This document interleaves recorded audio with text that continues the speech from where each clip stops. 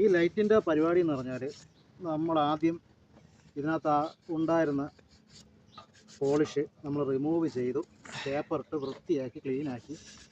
രണ്ടാമത് നമ്മൾ sealer apply ചെയ്തു. ഇതിനകത്ത് സീലർ അപ്ലൈ ചെയ്തുകൊണ്ടിരിക്കുകയാണ് ഇപ്പോൾ. അപ്ലൈ ചെയ്ത് കഴിഞ്ഞു.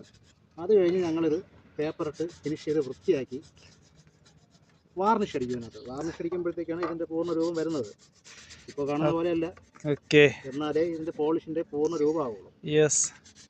പോളിഷിൻ്റെ വർക്ക് എന്ന് പറഞ്ഞാൽ ഒരു കലയാണ്. അത് ചെയ്യുന്നുണ്ട് കലാകാരൻ.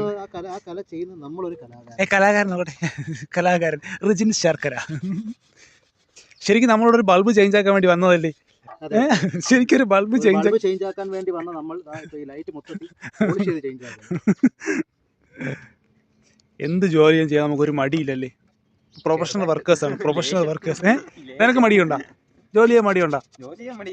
നാട്ടില് ചുറ്റോടും ചെയ്ത് വയറും വലിച്ച്